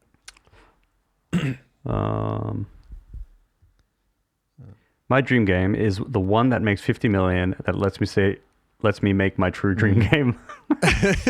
Stepping stone game. Yeah. I mean, I know people who have not made 50 million, but they've like made set the foundation and made a game with that, and then they made the game they actually wanted to make. Right. Just because it's a big game, like their actual dream game is so much bigger. A picture that indie. I'm putting messages in the message queue. Oh yeah, that might be smart actually. I just realized. Yeah. I forgot about that we have that. I didn't. I would never forget. Me neither. Wait, how does this work again? This has been so long. I do this, right? And then I collect and show. I'm a bit rusty with our stream setup, but I'm also surprised that I could boot it up. It's holding pretty well. Yeah. It's good. It's going good. I feel the same way with Satisfactory. Honestly, I love it too, though. It's weird that this can be your favorite game, but not favorite game genre. Yep. Are there any other games like that you feel? I have the opposite feeling. Oh. Okay, so I don't think I have a quote unquote favorite game that's not a genre I wouldn't that I'm surprised of, but I do have the opposite feeling where I think the best game is a game that I wouldn't want to play. Is a game that I don't really want to play, and it's Minecraft. I think that's actually the best game ever made. Oh, right. But I don't want to play it. It's not my favorite game, and it's not really my favorite. It's not my favorite genre. So I have the opposite thing. So, yeah. Right. Yeah, I think Minecraft is that way for me too. It's like, what a fucking accomplishment that game is today. It's insane in every single front. Yeah. But I just don't want to play it. Yeah. Interesting, right? But like I also have games like Outer Wilds, which is like one of my favorite games, but I know can't be everyone's favorite game. But I don't think I have any games that are in like a genre I don't like that are my favorite game. I Satisfactory is really, I mean, the thing is I do kind of like, it's probably the closest. Yeah. The thing is like most factory games I've played have been enjoyable. It's just that I won't pick them up again. The only exceptions are Oddsparks. Oddsparks was great. Yeah, that game I legit like. I want to keep playing. And the other one is Shapes. Yeah. Because Shapes is so like low level. It's like they removed all the like frustration, or like not frustration, but like all the you just put down things, and you make things. You just put the things down, right? You just do the thing only. It's just the factory aspect, and they've managed to like that loop, because it's like a puzzle game too, where you're figuring out how to make the shape, and like I think that's why I've stayed clear from Shapes, because I feel like I think I would get too engrossed in it. I got engrossed, but it's fun. It's fun, and I really enjoy the developer for that game. I've talked to him a couple of times, and he's also seems like has a good approach to game dev. Similar to what we talked about before. Like I think he has all the right ideas. Yep. Tip is saying remove the tedium. Did they remove the tedium, or did they leave only the tedium? That is the question. It's up for interpretation, baby. Yeah. Who knows? Maybe the other stuff is the relief from the tedium. In Satisfactory, when you're just floating through a tube. What's it called again? It's been so long. Oh my god. Hypertube. My brain is fried. Hypertube. When you're floating through that, it's a moment for you to stop and think and take in the scene, Yeah. Sometimes it is like that with games where you need the mix, and it needs to be in a certain ratio of things. Because Satisfactory definitely has like a thing where you get a lot of breathing room and a lot of like just running around and not doing anything, but you feel productive. I don't. Yeah, I don't know what it is. Let's see if this next one pops up. So having some more. Here you talk about this. A picture. Indie dev is really about being a doer and also stepping into CEO role. You both have to do. You still have to think about the bigger picture and have the other responsibility. It's a lot of weight. Yeah, it is. It is. Imagine also like, and then having a small doing the content stuff too. Content like this. Oh God. Yeah. Imagine also having like, employees on top of that while you're doing. Oh yeah, if you were to do that as well. Yeah, holy cow. Like a 3-person team. Like a 3-person team seems exciting to me. At the same time, it also feels a lot more stressful than doing it solo. Even if you split say that like, no, it's all split. We all do rev share.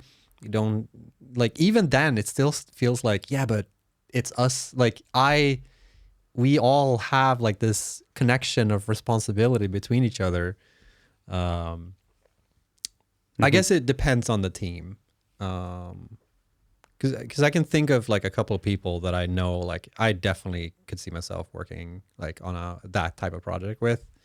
But yeah, I also know people who are like 4-people teams that do like the whole funding thing, and they have to pay out salaries to each other, and like make a proper living. And whenever I talk to them, I'm like, oh my God, this sounds so much more stressful than what I'm going through. I don't want to deal with that. Yeah, I've heard that as well. I'm like, that is way too much adulting whilst making a game. Yeah, like it's like those are the grown up pants, Holy cow. Yeah.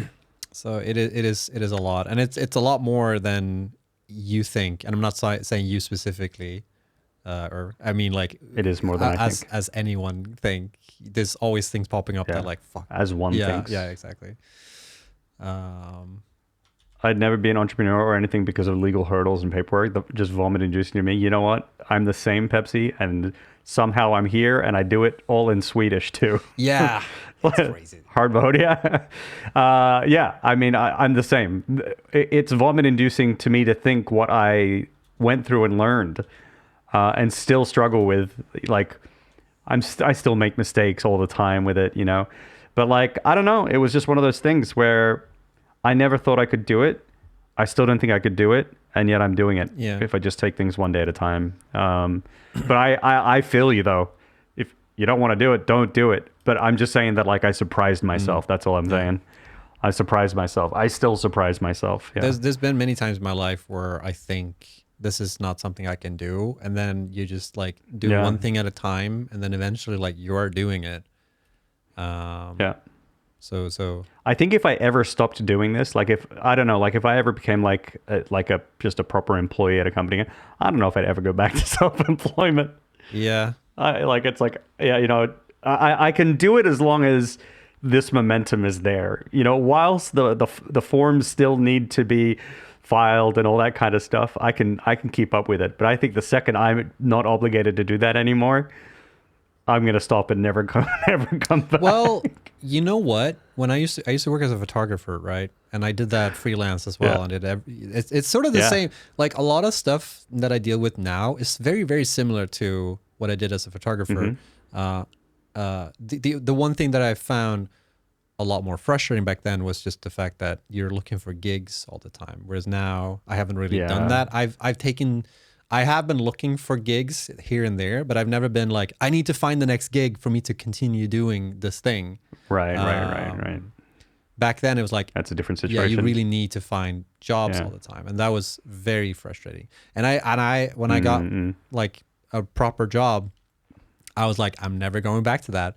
That was too frustrating. That's understandable. And then here I am doing it again. But I also feel like I'm in a much better place to manage that now than I was back then. I feel like now, to a certain degree, certain things just like work out for me that I just didn't realize they would. Back then, it didn't, but now I don't know. Maybe it's just from experience that they do. But I kind of feel you though. Like, it's like if I ever do that, I don't know how it could go back to. But it's like, dude, it's like being pregnant. You're right. You know what? Yeah. It is actually. I remember what that was like. It feels exactly the same. Yeah. No, but seriously, like you see these women go through these hardships of childbirth, and it's like, this seems excruciating, and then like, I want another one. Why would you do it again? Don't you remember? The only actual thing I can relate to in this regard is they have a saying here in Japan about climbing Fuji. It's like something about like you're stupid if you don't climb Mount Fuji, but you're stupid if you climb it twice. Oh, I climbed it once. I climbed it once, and that gave me license to never scale any uphill ever again if I don't want to. I'll take the escalator. I'll take the elevator. I don't have to climb anything anymore. I climbed Mount Fuji, and that was it. That shit sucked. It was amazing. The views were amazing, breathtaking stuff. But that process was brutal. Yeah. Yeah. It is time to climb it a second time? Absolutely not. Absolutely not. You just gotta do it, man. Yeah. How hard can it be? Yeah. All right, we got another one. Queuing it up, baby. Just talked about that with a friend. Is during deciding between two job opportunities. A lot of people go to work and do their job. They may do it well, but it's just a job. And then there's people who try to really achieve something, build something. They have to know everything and do everything and figure everything out. And it's a lot more difficult than just doing a job. But they have a lot more potential to be fulfilled by it. Yeah, that's like the trade-off, right? I think different things suit different people. Like I know that I have friends who, you know, if they're happy with just sort of any old job where they can, it's not so stressful or they don't get abused at work or something like that, you know, they're happy to do some work and help out here, whatever, if it pays the bills, and then it gives them the time to hang out with friends and do what they want and live their life, you know. I got friends that are like that, and I'm not like that. I'm so like, I'm so like pent up. I need to make something. I need to do the thing. I need to, you know, it's like I have only so much time left on the planet. I have to make the thing that matters to me. Like, and I don't care if I'm struggling, you know, like I'm a little different. So everyone is different, but different things suit different people. For sure. Because I've definitely been back and forth. Like there's been parts of my life where I'm like, I'm really happy with just being comfortable. And sometimes I've been like, because when I started working at Coffee Stain, that was a very comfortable job for me. Like when I was programming, compared to what it was before, because before it was a lot more, you know, we were pitching and like, you know, you never know what's going to happen. And coming to Coffee Stain, we're just like, oh, we're working on one game and we know what we're making right now and we'll see what happens, I guess. And like, you know, the kind of like stress that the other people that were managing Coffee Stain were probably going through, like, I just didn't care. I'm just here to I'm just here to write some code, baby. And I can focus on that. Doing my job. And I also look back at that and thinking, I'm also in a good position now where I'm like, yeah, but I get to experiment with things and try things that I don't know if I could do, or you know, pursue avenues that are very fulfilling to me. Maybe not financially. That's really cool. But they might create something else out of it and stuff like that. And some things have been very financially successful for me, and I've been like, cool, never doing that again.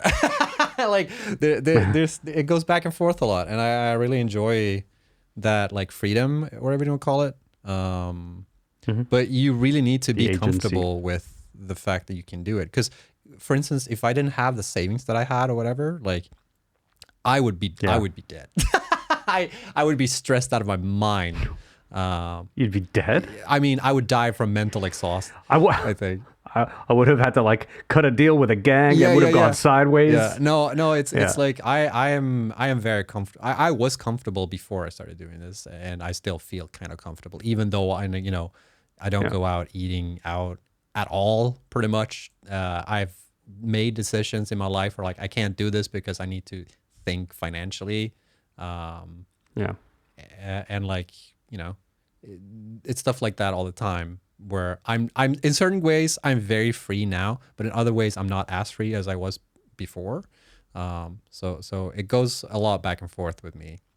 But like I remember talking to you before I left Coffee Stain, and I remember one thing specifically you told me is that, like, sure, every day is a little bit of a hardship. Like some days are a struggle, but like I also feel way more invigorated by what I'm doing, and I don't regret, like, I don't regret being in the position that I am. And I feel the same way. It's like I don't regret being where I am right now. Yeah, I'm exactly the same too. And it's really easy for me to say that after one of the games I worked on went crazy last week. But true. But you said it before. I can even before that. Yeah. Even before that, like, even when there was no sign of that even happening, right? It was like I got the burnout happening. My game's not going as quick as I want it to. I'm overwhelmed by everything. My bank is getting smaller and smaller too. You know, like all of these things, trying to make different things work. But like, in almost every way on paper, things were looking worse than they used to. And yet, you know, like, and yet I preferred it, like, just because it was like, it's my own doing. It's my agency. It's like, I know that I'm chasing something that could pay off deeply, like either fulfilling. I'm not talking about money.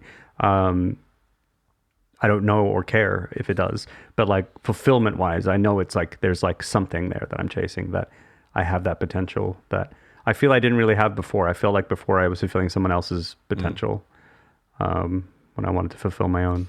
The thing though, in regards to this comment, is I don't know like how I would recommend this to other people. Like if someone's like, should I quit my job and just do my dream game? I like legit don't know what I would say. I would never recommend it to someone. No, and not because it's a bad thing, but like honestly, this is for a much more shitty reason. I would never recommend it, and that's just because like if things go wrong for them, I don't like, dude. I don't want to be part of it. True. Like, you know, that's the thing. Like I don't want to be even remotely. It's not that I am responsible. If someone's quits their job and goes and does something, that's their choice. But I still, it would weigh on me, and I don't want to feel that.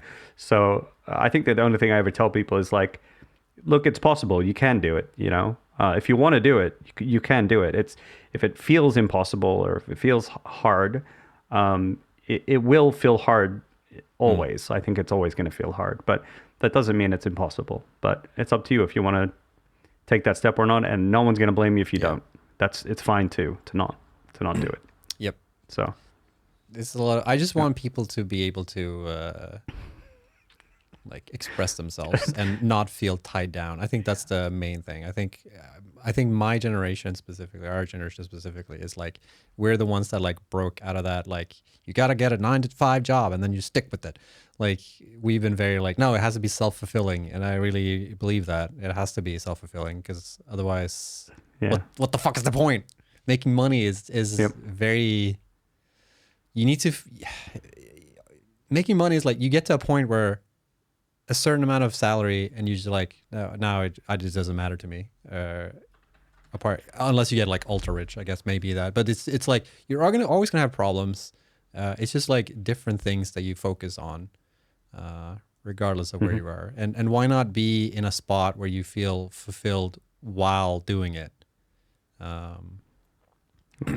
But whether you should like pursue, quit your job and make games, like that's very hard to give like a, no, definitely do it. Like it totally depends on your situation. Yeah. Yep. You as a person. And and because I've had people ask me that as well, and I'm like, I'm just a dude. Like I'm a streamer dude. Like I do not know the ins and outs of your situation. Like I would struggle to hard recommend that to a close friend, right? Because it's like, still, again, I'm like, I don't know what's best for them. It's like, but yeah, so it's like, even to like people on the internet or something, I'm like, I don't know the specifics of your situation. Yeah, it's true. Like not everyone wants to be an entrepreneur or a CEO. Like the route you take is much more important. This is also you might hate it. Same vein as like whenever people ask me like, how do I become a game developer? It's like, I can't really tell you because my journey will never reflect anyone else's. So it's very hard for me to give advice on like what you need specifically to do to reach that point. So I don't know. Whoops. All right, let's jump over to. Do we have recommendations? Yep, I've got one. Yes, we do. We both do. Well, you told me you have one before. I mean, sure, I can pull one out of my ass. Like, folks, this stream was very like, we've been planning to return to State of Dev for a while, but when return is kind of been up in the air. And then I think last week we said let's do Tuesday next week, and then this week we were like, actually, it won't work that well. We could do next week, or let's try Wednesday, and like, it won't work me this time. And then we all over the place.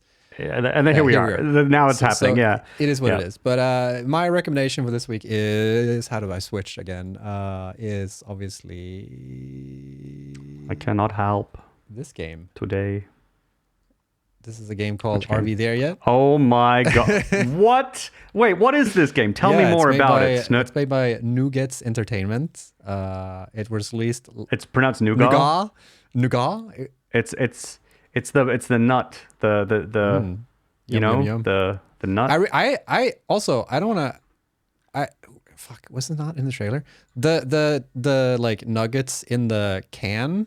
I haven't seen that logo before. I love that logo. Yes, it is newly created just in time for was it? Our first proper release. Yes. The trailer. I love that logo so much. It's so smart.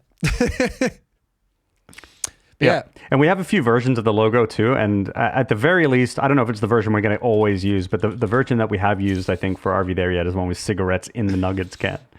Cigarette butts are in there. But yeah, RV There Yet, the game that Jace has been working on at Nuggets. Really fun co-op game where you drive around in an RV and do silly things happen. There it is. There, I was looking for it. It's a fun game, and I don't know. It's just fun. I don't know. Yeah, it's just really fun. I mean, driving the RV is really cool, and you get in like a bunch of like interesting situations, right? And you got to sort of puzzle solve and coordinate and communicate with your friends.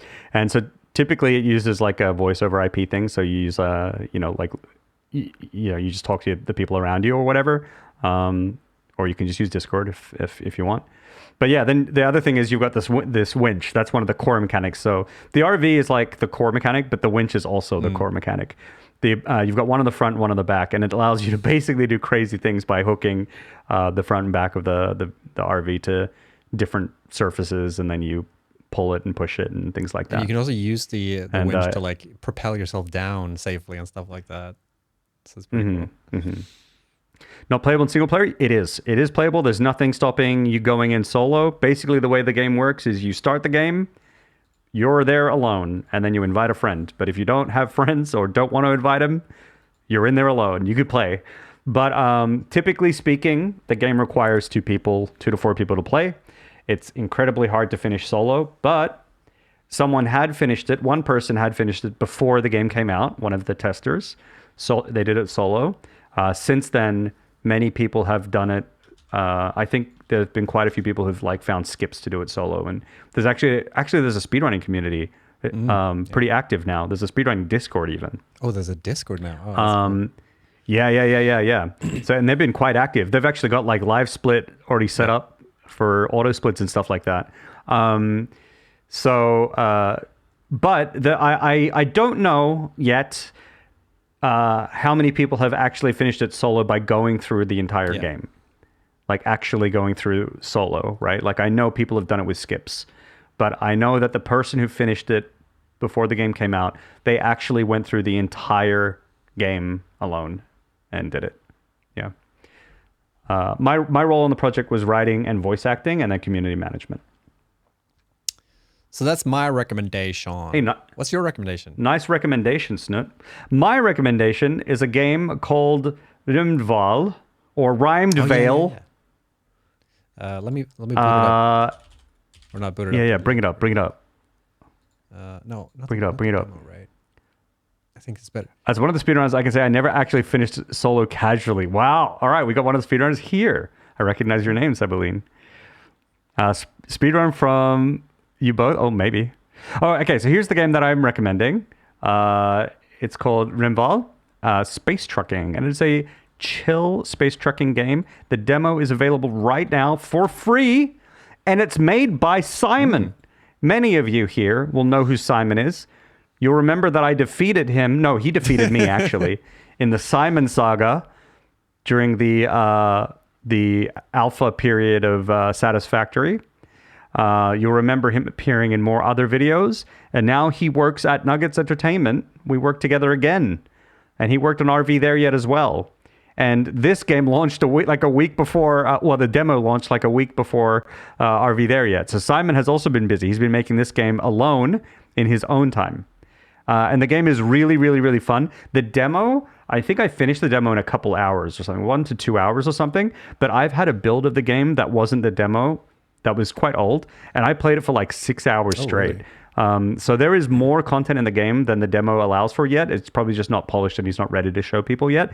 But I highly recommend wishlisting this game, playing it for yourself for free, the demo, and look forward to when this game drops completely as well. So yeah, it's super, super chill. You're this like trucker and you kind of just do these like missions, cargo missions. And you also like, what's really cool about it, one of the key things is whenever you have cargo or whenever you want to like mount a turret or something or some device on your ship, you have to like hand place it on the back of your truck. And so that's like your inventory management is like a physical cargo space that you have to like hand paste like ore or cargo and things like that. And it feels really, really satisfying. It's one of my favorite things about the game. Another interesting thing about the game is even though it's a 3D game and you would think space, you'll be flying all over the place, it's actually only played on a 2D plane, which you might think at first, oh, that's a missed opportunity. Why isn't it 3D? I would love 3D. I actually think it's really refreshing and that the game plays really, really well as a 2D, 2D plane game. It strips a lot of complication out and it's just still really fun. So check it out. Demo's great. Yep. I think it's really good. I think so too, because like the space is more flavor, but it still feels very like big and wide. So yeah, it's just clever. Yep. I think as well. The physicality of the inventory in Astroneus, so that's neat. Yeah. So check it out, Sip Stuff. Yeah, it's great. And yeah, solo dev. Like I think Simon did everything himself. I think maybe some people helped with a bit of localization for the demo. I think Simon even recorded the music himself. So yeah, great stuff. Good shit. Get it. And he has a Discord for it as well. Maybe you can find it on the store page. I'm not sure. And tell Simon, thanks, Simon helps a lot. It's not on the store page. Missed opportunity. It's not? Shit. Oh, wait. Maybe it's at the bottom. Nope. I can maybe paste it. Hang on. Stern talking to Simon. You're missing out. I hope he doesn't get mad at me for sharing this. I'm planning to I'm gonna make a stream, by the way, the demo soon. I've completely forgotten to play it. I have it in my backlog. 1 hour invite link. Get in there. Hurry. Chat. Now. Send him some love. But also just remember that he's working on RV There Yet as well. So he may be busy. So Simon basically got 2 recommendations this week. That's true. Wow. Nuggets devs eating good. Am I right? Eating a lot of nuggets. Dex just deleted his message. Yeah. Cool. All right. That was our recommendations. Excelente. I kind of messed up the timing here because we have like a little bit of chat on chat at the end here. Yeah, we did a little bit. I guess. Are you good for like 5-10 minutes? Not really, unfortunately. No. Yeah. Okay. Then we'll wrap it up. Yep. But good times. Chat with me. I'll talk to you later, Razor. But yeah, good to be back. It feels very good actually too. it's like a little bit therapeutical to talk to you about this stuff on the show, actually, because I've just been in my own world for a month now and not really interacted with anyone about this stuff, so it feels pretty good. Apart from I've talked to Chad about this stuff, but like it's very, you get a different perspective when you talk to someone who's in this sort of same situation that you are, and yeah, I don't know. I really enjoy making this show too. Like I really enjoy hanging out and chatting about this. Yeah, stuff. it's good. Yeah. So there's been so much happening though, but hopefully we can get back to doing it routinely. If not while I'm in Japan, at least when I get back, we can kick things off to have a proper schedule again. Sure. But I think it's great that we do this when we can, at least. We'll always have the VOD, chat. We always have the VOD.